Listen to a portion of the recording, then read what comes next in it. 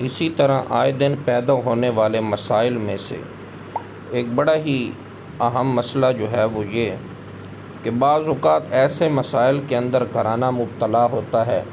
کہ نوبت جو ہے میاں بیوی کی وہ طلاق پر آ جاتی ہے۔ ان مسائل میں سے ایک بڑا ہی اہم مسئلہ وہ یہ کہ شادی کے بعد عورت کو پتہ چلتا ہے کہ میرا خاوند جو ہے یہ نامرد ہے۔ ناظرین، اس سے پہلے ہم ایک ویڈیو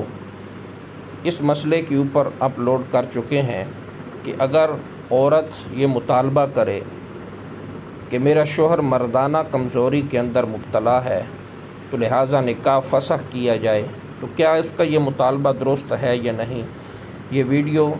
اس کا لنک اس کی ڈسکرپشن کے اندر موجود ہے۔ تو اب سوال یہ ہے کہ عورت کا خاوند جو ہے وہ نامرد ہے، تو کیا ایسی صورت کے اندر عورت نکاح کے فسخ کرنے کا، طلاق کا مطالبہ کر سکتی ہے یا نہیں؟ تو میرے محترم ناظرین، شریعت کے مطابق یہ مسئلہ خوب طرح سے آپ ذہن نشین کر لیجئے کہ عورت کو شادی کے بعد علم ہوا، وہ شادی کے بعد جان گئی اس بات کو کہ میرا خاوند جو ہے یہ نامرد ہے، اور اسے شادی سے پہلے اس کا علم ہی نہیں تھا کہ میرا خاوند جس کے ساتھ میں شادی کرنے جا رہی ہوں یہ نامرد ہے۔ بعد میں علم ہوا اور شادی کے بعد انہوں نے صحبت، وظیفہ زوجیت یعنی ہم بستری وغیرہ بھی نہیں کی، تو ایسی صورت کے اندر عورت مطالبہ کر سکتی ہے، دعویٰ دائر کر سکتی ہے کہ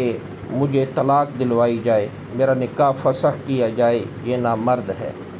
دوسرے نمبر پر یاد رکھیے کہ اگر قاضی کی عدالت میں یہ فیصلہ پہنچا، ایسی صورت کے اندر قاضی کو یہ حق حاصل ہے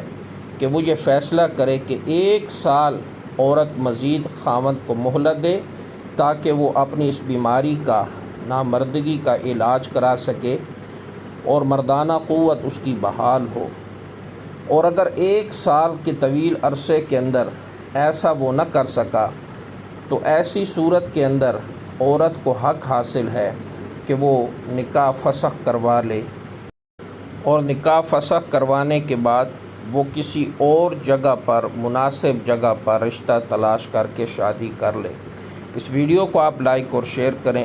مزید اسلامک ویڈیوز دیکھنے کے لیے اور مسائل جاننے اور سننے کے لیے اس ویڈیو کو آپ لائک اور شیئر کریں، اور چینل کو آپ ضرور سبسکرائب کریں۔